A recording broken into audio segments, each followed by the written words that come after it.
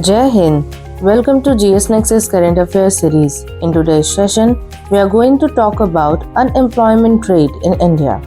Before diving into today's news, let me highlight the significance of this current affairs series. It is especially designed for civil services aspirants, that is for UPSC and state PCS students, to boost your answer writing skills and evaluate your preparation to the next level. This series can truly be a game changer for both prelims and mains. Now, let's begin with the news.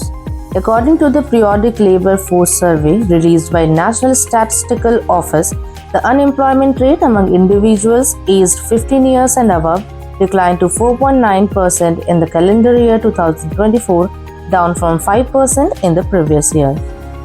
Now, let's have a look on key highlights of the report. India's overall unemployment rate saw a slight decrease in 2024, while the labour force participation rate and the worker population ratio remained mostly unchanged in both rural and urban regions. Rural unemployment saw a slight decline from 4.3% to 4.2%, whereas the urban unemployment rate remained unchanged at 6.7%. Among urban males, the unemployment rate saw a slight increase from 6% to 6.1%, whereas the urban female, it declined from 8.9% to 8.2% during the same time frame.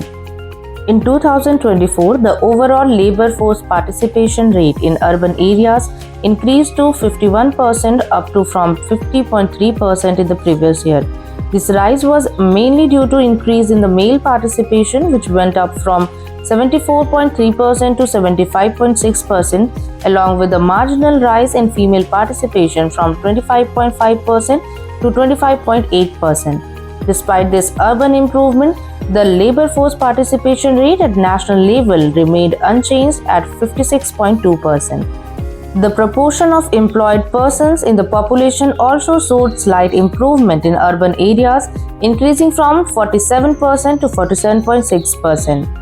The survey also observed a decline in the share of rural females working as unpaid helpers in household enterprises, dropping from 19.9% in 2023 to 18.1% in 2024. Labour force participation rate under usual status slightly declined nationally from 59.8% in 2023 to 59.6% in 2024. The unemployment rate based on usual status rose marginally from 3.1% to 3.2%, though it continued to remain relatively low overall. Now, let's know about Periodic Labour Force Survey. The Periodic Labour Force Survey is an important survey conducted by National Statistical Office of India. It aimed to conduct detailed information on the labour force, employment, unemployment, and other related indicators across the country. The PLFS is a key tool used by policymakers, researchers, and analysts to understand labour market dynamics and to formulate economic and social policies.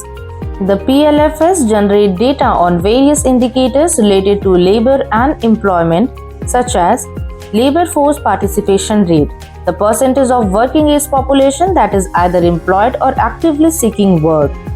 Second is unemployment rate, the percentage of labour force that is unemployed and actively seeking work. Third is work participation rate, the percentage of the total population that is engaged in economic activities, both employed and self-employed. Fourth is usual status. A person's activity status is based on their activities during a specified reference period. If the reference period is the last 365 days before the survey, it's called the usual activity status. And fifth is sectorial distribution of employment. Data on employment across different sectors such as agriculture, manufacturing, services, etc. Now let's know about National Statistical Office. The National Statistical Office is the apex body in India responsible for the collection, compilation, and dissemination of the official statistics related to various socio-economic sectors. It operates under Ministry of Statistics and Program Implementation and plays a vital role in providing reliable statistical data for informed decision-making in governance, planning, and policy formation. Now let's have a look on importance of NSO. First is policy formation. The NSO's data is crucial for government policy decisions and economic planning. It provides essential information on employment trends, poverty levels, inflation, and the key indicators. Second is research and analysis.